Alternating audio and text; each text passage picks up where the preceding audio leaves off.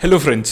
तो finally news आ रही है कि बार्सिलोना डेनी ऑल्मो को रजिस्टर नहीं कर पाए। जैसे कि मैंने अपने शॉर्ट्स में पहले ही आपको बताया था कि जिस तरीके की फाइनेंशियल प्रॉब्लम में बार्सिलोना चल रहे हैं, उन्होंने एक बहुत बड़ा गैम्बल लिया था डेनी ऑल्मो को सिर्फ 6 मंथ्स के लिए रजिस्टर करके। उन्हें लगा था कि वो कहीं ना कहीं से फंड्स का अरेंजमेंट कर लेंगे एंड फाइनली वो डेनी ऑल्मो को रजिस्टर कर लेंगे फॉर द सेकेंड हाफ।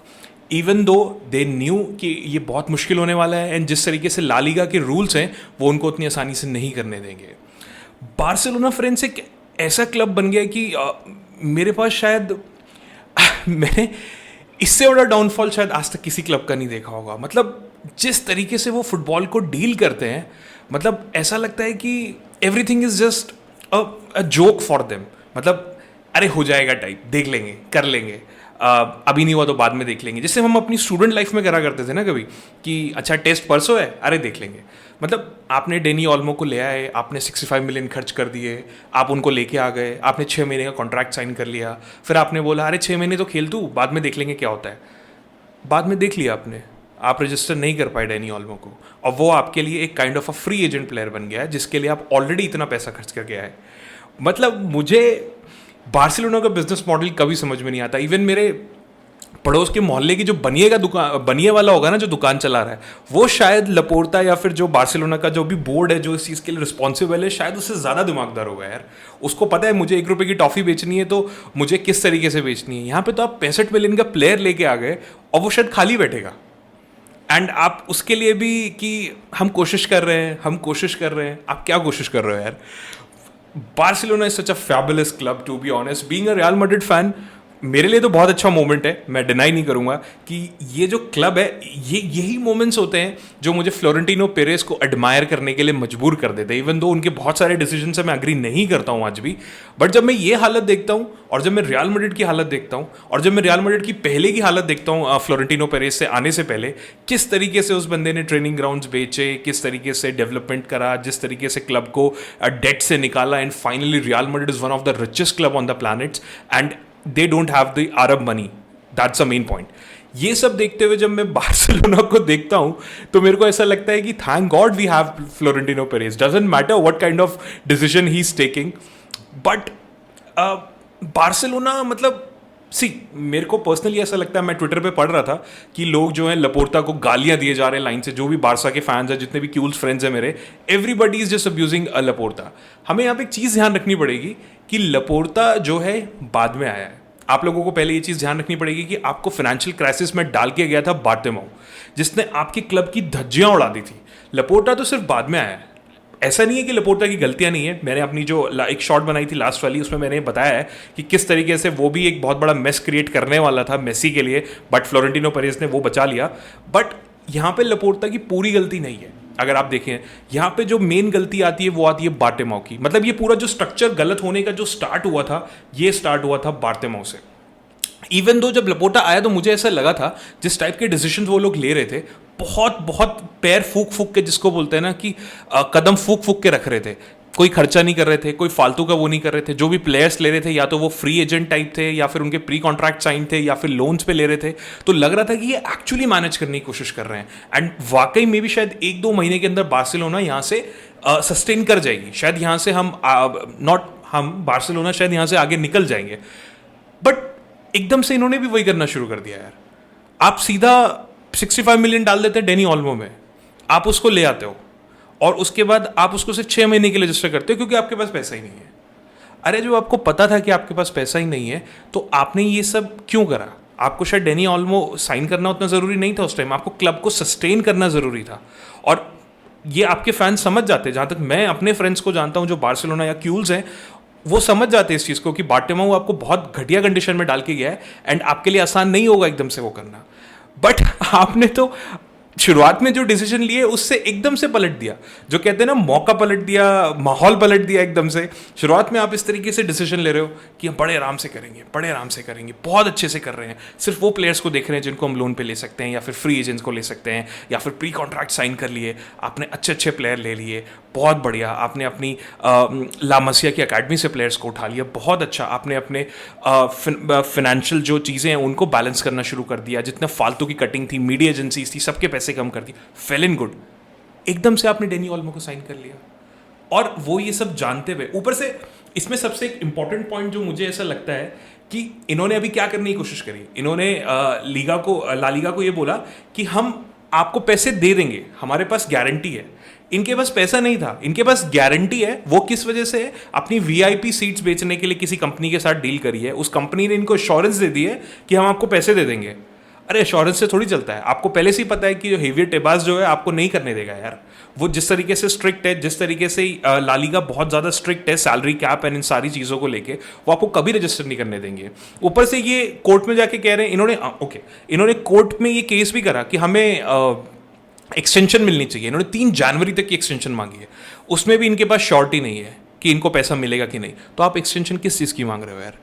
आपको ये सारी चीज़ें पहले से ही पता थी, ये सिर्फ आपने एक ड्रामा करा है कि हम कोशिश कर रहे हैं, कोशिश कर रहे हैं। मैं कल पूरे दिन से ट्विटर चेक कर रहा था कि फाइनल डे है, शायद आज ऑलमोस्ट साइन हो जाएगा शायद, क्योंकि बार्सिलोना की थोड़ी हिस्ट्री रही है कि एकदम से ऐसा शॉकिंग न्यूज़ आएगा कि they have registered it all that. And all the updates I was getting from the people who are in Spain and so many other people on the Twitter, they are working on it. They are working on it. आपके पास सिर्फ 24 घंटे भी कम time है, आप क्या कर रहे हो यार? आपने पहले बोला हम नाइकी के साथ पैसा लेके आ रहे हैं, नाइकी ने आपको पैसा नहीं दिया। फिर आपने बोला हम अपनी वीआईपी सीट्स बेच रहे हैं, पैसा आ जाएगा, हमें प्लेयर को साइन करने दो। ऐसे कैसे हो जाएगा? ये हवा में बातें थोड़ी चल रही हैं कि आप पहले ये करने दो फिर ये हो जाएगा तो कर लेंगे। और यहाँ पे सबसे इंपॉर्टेंट बात ये है कि आप साइन नहीं कर पाए, आप उसको रजिस्टर नहीं कर पाए, that's not a problem. But आपके लिए प्रॉब्लम ये आने वाली है कि आपने ये रिस्क लिया था, आपने डेनी ऑल्मो को जब साइन किया था 6 साल के लिए, दैट इज 2030 तक उसका कॉन्ट्रैक्ट है। अगर वो नहीं भी खेलेगा तो आपको उसको फुल वेजेस देनी पड़ेगी। जिन भी लोगों को ये फैक्ट नहीं पता उसके कॉन्ट्रैक्ट में, क्योंकि यार डेनी ऑल्मो बार्सिलोना आया है, उनके फाइनेंशियल जो स्ट्रगल्स चल रहे हैं वो तो उसको भी पता है ना, उसके एजेंट्स को भी पता है, आपको भी पता है एजेंट्स कैसे काम करते हैं। एजेंट कभी अपने प्लेयर को फंसने नहीं देते हैं। उन्होंने ये चीज़ देखी कि यार ये खेलना तो चाहता है बार्सिलोना के लिए, पर बार्सिलोना स्ट्रगल में भी है, तो एक काम करते हैं, एक डील कर लेते हैं इनके साथ। अगर डेनी ऑल्मो खेला तो वेल एंड गुड, सैलरी तो मिलती रहेगी, कोई बात नहीं। बट अगर किसी भी वजह से कोई प्रॉब्लम यहाँ पे आती है तो डेनी ऑल्मो वॉज वेरी स्मार्ट, या फिर his agent was very smart, उन्होंने उसमें ये एक क्लॉज रख दिया कि आप किसी भी रीजन से अगर हमें नहीं खिला पाएंगे या कुछ भी कर पाएंगे, हम सैलरी पूरी लेंगे। तो just to remind you, you have to pay full wages to Dani Olmo. And moreover वो रजिस्टर्ड प्लेयर नहीं है, वो अब खेल भी नहीं सकता है, या तो वो बेंच पे बैठेगा। तो आप टेक्निकली एक बेंच पे बैठे हुए प्लेयर के लिए आपने 65 मिलियन यूरोज दिए, उसके बाद आपने उसको सिर्फ 6 महीने के लिए रजिस्टर करा, और अब आप उसको फुल सैलरी देंगे, उसकी फुल वेजेस देंगे। Tremendous business I have ever seen from the football club. मतलब मुझे अब हंसी भी आनी बंद हो गई है बार्सिलोना के ऊपर, बिकॉज पता नहीं अब कौन सा एक नया स्टूपिड डिसीजन, एक स्टूपिड चीज करके वो आ जाएंगे। मतलब सब एक्सपेक्टेड है मुझे इस टाइम पे बार्सिलोना से। एंड मैं ट्विटर पे पढ़ रहा था कि कुछ बार्सिलोना के फैंस बोल रहे थे कि कोई बात नहीं, अगर ला लीगा नहीं भी खेल पाया 6 महीने के लिए, अभी रुक जाएगा, वो हमारे लिए चैंपियंस लीग खेल सकता है, सुपर कप खेल सकता है, and all that kind of things. तो मैं आप लोगों को एक चीज़ बता दूं यार, चैंपियंस लीग का एक क्लॉज होता है कि अगर चैंपियंस लीग में सिर्फ वही प्लेयर खेलेगा जो आपकी डोमेस्टिक लीग में रजिस्टर्ड होगा। अगर आपका प्लेयर जब डोमेस्टिक लीग में रजिस्टर्ड नहीं है तो वो चैंपियंस लीग नहीं खेल सकता है। तो technically as of now Dani Olmo Champions League नहीं खेल सकता है, बिकॉज वो अनरजिस्टर्ड प्लेयर है। उसका कॉन्ट्रैक्ट अभी भी है बार्सिलोना के साथ, ऐसा नहीं है कि वो कॉन्ट्रैक्ट नहीं है, वो कॉन्ट्रैक्ट पे है, वो पूरी सैलरी लेगा, वो खेलेगा नहीं, वो खेल ही नहीं पाएगा। तो अब यहाँ पे पॉइंट आता है कि अब डैनी ऑल्मो क्या कर सकता है। Danny Olmo is a free agent now. अब यहाँ पे 2-3 चीज़ें हैं, या तो हो सकता है कि भाई वो इतना एम्बैरस फील करे, या फिर इतना डिसरिस्पेक्टेड फील करे कि यार तुम लोग मेरा एक मतलब मेरे को रजिस्टर तक नहीं करा सकते थे, सिर्फ 6 महीने के लिए करा के छोड़ दिया, ऐसे फालतू क्लब में कौन रहेगा। हो सकता है, could be a possibility, because PSG, मैंने थोड़े दिन पहले अपने चैनल पे पोस्ट भी डाली थी। बाय द वे, अगर आपने मुझे फॉलो नहीं करा तो फुटबॉल जॉकी को प्लीज़ यूट्यूब एंड इंस्टाग्राम पे फॉलो करिए। मैंने उस पर एक पोस्ट भी डाली थी कि PSG is lurking for Olmo. PSG को पता है बार्सिलोना की बस की बात नहीं है इनको रजिस्टर करना। टू बी ऑनेस्ट मुझे भी बहुत पहले से पता था, बट ठीक है, मेरे फ्रेंड्स जो क्यूलर्स हैं वो कह रहे नहीं नहीं, they'll do it somehow, they'll getting the money from some kind of form, और ये वो फलाना ठिकाना जो भी है, पर उनको पैसे नहीं मिले, मुझे पता था। बट PSG यहाँ पर आराम से उसको खरीद सकती है यार। We all know the money power of PSG, and वैसे भी वो बेचारे परेशान बैठे हैं एम्बापे को देने के बाद से। तो यहाँ पे 2 चीज़ें हैं, या तो ऑल्मो जो है अब एक फ्री एजेंट की तरह 6 महीने के लिए, अगर वो लॉयल बार्सिलोना फैन है तो वो 6 महीने के लिए किसी क्लब में खेलेगा। होपफुली 6 महीने बाद आप कुछ पैसों का जुगाड़ कर लोगे और आप उसको रजिस्टर करा दोगे for the next La Liga. या फिर हो सकता है यहाँ पे पॉसिबिलिटी ये हो सकती है कि वो छोड़ के चला जाए आपको। और मुझे पर्सनली लगता है कि बार्सिलोना के लिए अब इसमें प्रॉब्लम ये है कि वो एक फ्री एजेंट है, वो आपको कोई ट्रांसफर फी भी नहीं दिला पाएगा। वो प्री कॉन्ट्रैक्ट साइन कर लेगा, या फिर प्री कॉन्ट्रैक्ट तो बहुत बाद की बात है, वो नॉर्मल अग्रीमेंट साइन करेगा और किसी भी क्लब में जाके खेल लेगा। बट प्रॉब्लम आपके लिए ये है कि आपको अगर वो नहीं जाएगा तो आपको उसकी पूरी वेजेस देनी पड़ेंगी। एंड मुझे ऑल्मो का जो माइंडसेट लगता है, मुझे ऐसा लगता है कि ऑल्मो यहाँ पे नहीं रुकेगा। मुझे पर्सनली ऐसा लगता है, मैंने जितना पढ़ा है, मैं जितना ट्विटर पे पढ़ रहा हूँ और जितना मैंने चीज़ें देखी, Dani Olmo will leave Barcelona, this is what I feel. And जिस तरीके का मेस उन्होंने ऑल्मो के लिए क्रिएट करा है, अब बार्टेमाओ की गलती तो डेफिनेटली थी, क्योंकि ये हमें पता था लपोर्टा जिस तरीके का एक फाइनेंशियल डेट वहाँ से ओवरकम करके आ रहा था, जिस तरीके से वो अपने साथ कैरी फॉरवर्ड करके ला रहा था, ये हमें पता था। बट उसके बाद जो इनके खुद के डिसीजन है उसके लिए खुद जिम्मेदार है। जिस तरीके से ये सीवीसी के साथ डील करने वाले थे, लालिगा के साथ, हेवियर टेबास तो इनसे वैसे भी चिड़ा पड़ा होगा ना, आपने वो डील साइन नहीं करी क्योंकि वो डील बस्ट हो गई, फ्लोरेंटिनो पेरेज ने आपके सीईओ को बता दिया, नहीं तो आप तो क्लब को और बदतर हालात में करने के लिए तैयार थे। आपने सोचा अभी के लिए मेसी को साइन कर लेता हूँ, देखी जाएगी बाद में जो होता रहेगा, और आपने इसी माइंडसेट के साथ वो डील साइन करने की सोची। थैंक गॉड जो फ्लोरेंटिनो पेरेज ने आप लोगों को बचा लिया वहां पे, नहीं तो ये और भी, तो इस तरीके के डिसीजन तो आप ऑलरेडी ले रहे हैं। तो बार्टेमाओ जितना जिम्मेदार है उतना जिम्मेदार लपोर्टा भी इस टाइम पे है। डेफिनेटली गाली बढ़ने का मुझे उसको रीजन समझ में नहीं आता है। मुझे पर्सनली लगता है कि उसको गाली देने का कोई पॉइंट नहीं है। आप सिर्फ उसको गाली शायद थोड़ा सा ऑल्मो वाले पार्ट के लिए दे सकते हैं, बट वो वहां तक पहुंचा कैसे, उसके लिए शायद वो पूरी तरह जिम्मेदार नहीं है। ये यहां पे ये चीज मैं जरूर बोलूंगा, जिस तरीके की हालत बार्टेमाओ करके गया, फ्रॉम द पॉइंट आप लोगों ने नेमार को बेचा, you had ample amount of money, आप उस मनी को री इन्वेस्ट करते, आप इन्वेस्ट करते, आप कुछ भी करते।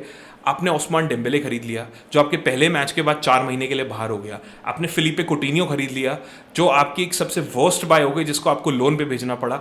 और यहाँ पे भी कुछ नहीं, आपने उसके बाद एंटोनियो ग्रीजमैन खरीद लिया जो बाद में खुद ही चला गया और आके बोल रहा है कि बार्सिलोना मेरी सबसे बड़ी मिस्टेक थी। इससे वाहियात बिजनेस मैंने आज तक जिंदगी में नहीं देखा कि आपके पास अगर 100 रुपए आ गए तो आपने फटाफट कि इनको खर्च कैसे करना है। अरे यार उसको सेव कर लो ना, आपको क्लब की हालत तो पता ही है कि क्या हालत है। पर बार्सिलोना मतलब एक होता है ना कि हवाबाजी करने में सबसे टॉप पे। अभी रियल मैड्रिड के अगेंस्ट को इंटरव्यू दिलाना हो, कुछ भी कराना हो, अभी पेड्री गावी इन सबको बैठा दो लाके कि हाँ रियल मैड्रिड के अगेंस्ट, रियल मैड्रिड तो कभी नहीं जीत पाएगी, यू नो ऑल दैट। ठीक है भाई, हरा लिया तुमने एल क्लासिको में, वेल एंड गुड। तुम्हारे पास पैसे नहीं है प्लेयर्स को रजिस्टर कराने के, तो तुम किस मुंह से मतलब क्या बोल रहे हो भाई? देखो तो सही, पहले क्लब अपने अंदर तो झांक लो कि तुम्हारे यहाँ पे क्या चल रहा है। मैंने कोई रियल मैड्रिड प्लेयर कभी नहीं देखा जो बेफालतू में इंस्टिगेट करता हुआ आपको मिलेगा। I think these are the core values of the clubs you are getting. Dani Alves ने क्लब छोड़ने के बाद बोला कि वहाँ पे मैं रहते हुए कभी रोनाल्डो की तारीफ नहीं कर सकता था, but he is one of the best player I have ever tackled और एवर प्लेड विद। पीके हमेशा रोनाल्डो की तारीफ कर रहा होता है। तो ये क्लब की, जो आप कभी रियल मैड्रिड में देखो, वो किसी की भी प्लेयर की तारीफ करते हैं जब उनको बोलना होता है। उनको इस तरीके के इस तरीके के केज में नहीं रखा जाता है कि आपको एंटी रियल मैड्रिड ही होना है या आपको एंटी बार्सिलोना ही होना है। ये मेंटालिटी जो क्लब की है ना, आई थिंक ये पूरा एक माइंडसेट है, एक इकोसिस्टम वहाँ पे बना हुआ है कि हमको दिखाना नहीं है अंदर ही अंदर, चाहे हम भूखे मर रहे हैं, बट हमको क्लब ऐसे रखना है कि हम बहुत बढ़िया चल रहे हैं।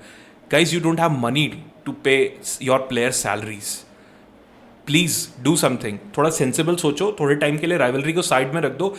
Just look at the business model of real Madrid, कहाँ से कहाँ पहुंच गया यार वो। मैं कह रहा हूँ सारी चैंपियंस लीग हटा दो, सब कुछ हटा दो, तो सब कुछ छोड़ दो। Just look at the model of Florentino Perez. एक प्लेयर से बड़ा उसके, एक क्लब से बड़ा उसके लिए कुछ नहीं है। जिस तरीके की डील्स, जिस तरीके से वो नेगोशिएशंस करते हैं, जिस तरीके से वो सैलरी स्ट्रक्चर रखते हैं, आप लोग किसी को भी पैसा बांट देते हो, कुछ भी लगता है। और अगर रियल मैड्रिड कोई डील ऐसी करती भी है तो उसके बाद वो उसको रिवर्ट भी कर लेती है। आप राफेल वरेन का एग्जांपल देखो, आप कैसेमीरो का एग्जांपल देखो, कितने ट्रिमेंडस अमाउंट में आपने यूनाइटेड को भेज दिया। आपको पता था उनका सीजन डन हो गया है, पर आप, और इवन दो मैड्रिड को पैसे की कोई प्रॉब्लम नहीं थी, बट जिस तरीके की नेगोशिएशन या जिस तरीके के जो बिजनेस डिसीजंस होते हैं जो रियल मैड्रिड लेती है, वो मतलब आउट ऑफ द वर्ल्ड। मैं हमेशा, again like I said, Florentino Perez may not be my favourite president, but I have to say that he is the best football president in the football history. जिस तरीके के decisions उसने club के लिए लिए हैं, जो उसने रियल मैड्रिड को बना दिया है, एक पिनिकल पे पहुंचा दिया है, you have to find a president like that. I'm not sure if Laporta is one, क्योंकि मैं अभी लपोर्टा की पूरी गलती नहीं मानता हूँ, सिर्फ ऑल्मो वाले में थोड़ा सा मैसअप हो गया है, बट उससे पहले की जो चीज़ें थी, हाँ उसको ये टेक केयर करना चाहिए था, बट नहीं हो पाया है। I am not sure. Barcelona again as usual best of luck to Barcelona. I am not sure ये क्लब कहाँ जाएगा। अब to be honest, like I said कि अब मैंने शॉक होना छोड़ दिया है। कुछ नहीं पता, हो सकता है आपको अगले महीने पता लगे कि 4 प्लेयर जो हैं इनका कॉन्ट्रैक्ट भी खत्म हो गया है, ला मसीह से प्लेयर बुला के खिला लेंगे। इट्स बार्सिलोना की वो इज्जत ही नहीं बची है यार फुटबॉल वर्ल्ड में। कोई मतलब अब कुछ है ही नहीं। अब लोग मजाक बना रहे हैं। और टू बी ऑनेस्ट ये सब अपनी हरकतों की वजह से यार। आप लोग instead of just focusing on other उधर चीज़ें, और बहुत सारे ऐसी कॉन्ट्रोवर्सीज है, मैं उस पर जा नहीं रहा, रेफरिंग स्कैंडल को लेके, यहाँ को लेके, नाइग्रा को पैसे देना, जो ठीक है प्रूवन नहीं है तो मैं कुछ बोलूंगा नहीं, बट सबको पता है अंदर अंदर क्या चीज़ें हो रही थी। सबने चेल्सी वाले मैचेस चैंपियंस लीग के देखे हैं, सबने रियल मैड्रिड के अगेंस्ट मैचेस देखे हैं, सबने रेफरिंग डिसीजंस देखे हैं, बट अपने क्लब पे भी तो ध्यान देना था ना यार। दूसरों पे तो दे लिया, कभी अपने क्लब को भी देखो। तो तो Barcelona fans, I am extremely sorry यार, I can feel you guys. No, I can still feel you. This too shall pass. So hopefully Barcelona will come back, because मजाक से हटके I personally feel कि Real Madrid and Barcelona complement each other यार। अगर real Madrid नहीं होगी, जब अगर अल क्लासिको नहीं होगा तो फुटबॉल का क्या होगा यार। So hopefully Barcelona, I would suggest Madrid से उधार ले लो यार। I'm pretty much sure Florentino Perez would be able to help you guys, would invest money in Barcelona, but please do something. ये सब mess up मत करो यार, and please take sensible decisions. Thank you.